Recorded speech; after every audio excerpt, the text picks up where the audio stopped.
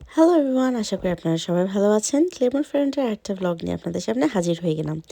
তো চার্চ থেকে বের হয়ে যে এখানে একটা বড় একটা মাঠের মতো ছিল এবং ওই মূর্তিটার সামনে চিন্তা করলাম কিছু ছবি তুলি। তো জেসিকাও ছবি তুলছিল, বাচ্চাদেরকে নিয়েও আমরা কিছু ছবি তুলতে চেয়েছিলাম। ব্যর্থ চেষ্টা যেটাকে বলে। যাই হোক, দুজনে মিলে ২-৩টা তো ছবি তুলেছিলাম। তারপরে এই সুন্দর রাস্তা দিয়ে হেঁটে আমরা আবার সেই আগের ওদের সেন্টারভিলের সেই প্লাসে চলে আসলাম এবং এই চার্চটা চিন্তা করলাম একটু ঘুরে আসি। তো চার্চের ভিতরে যাওয়ার পরে দেখলাম চার্চে ম্যাস চলছে এবং ম্যাসের একটা খুব দারুণ একটা জিনিস হচ্ছে যে এখানে লাইভ মিউজিক প্লে হচ্ছিল। তো এটা দেখতে খুব ভালো লেগেছিল এবং সেটা আমি রিলসে শর্টসে আপলোড করে দিব। তারপরে একটা ভিয়েতনামিজ রেস্টুরেন্টে আসলাম, যদিও আমরা আরেকটা রেস্টুরেন্টে খেতে চাচ্ছিলাম, বাট সেটাতে রিজার্ভেশন ছাড়া আজকে নেওয়া সম্ভব না, বিকজ সেই দিন ছিল স্যাটারডে।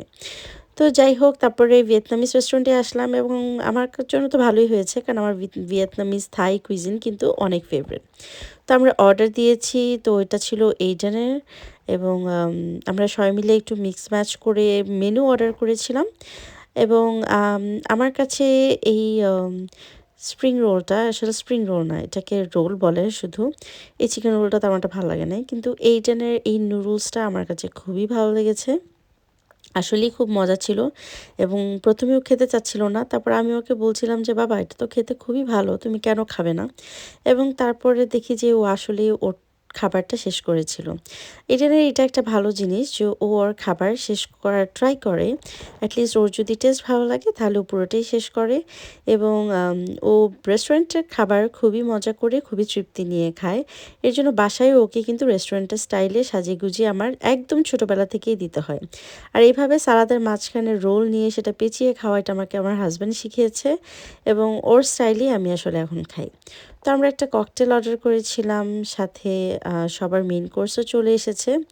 তো মেন কোর্সগুলো খাচ্ছিলাম। এটা ছিল আমার এবং এটা ছিল জেসিকার এবং দাদার ছিল মনে হয় বিফ। তো দাদার মেনুটা ছিল বেস্ট। ওর দাদার খাবারটা অনেক ভালো লেগেছিল।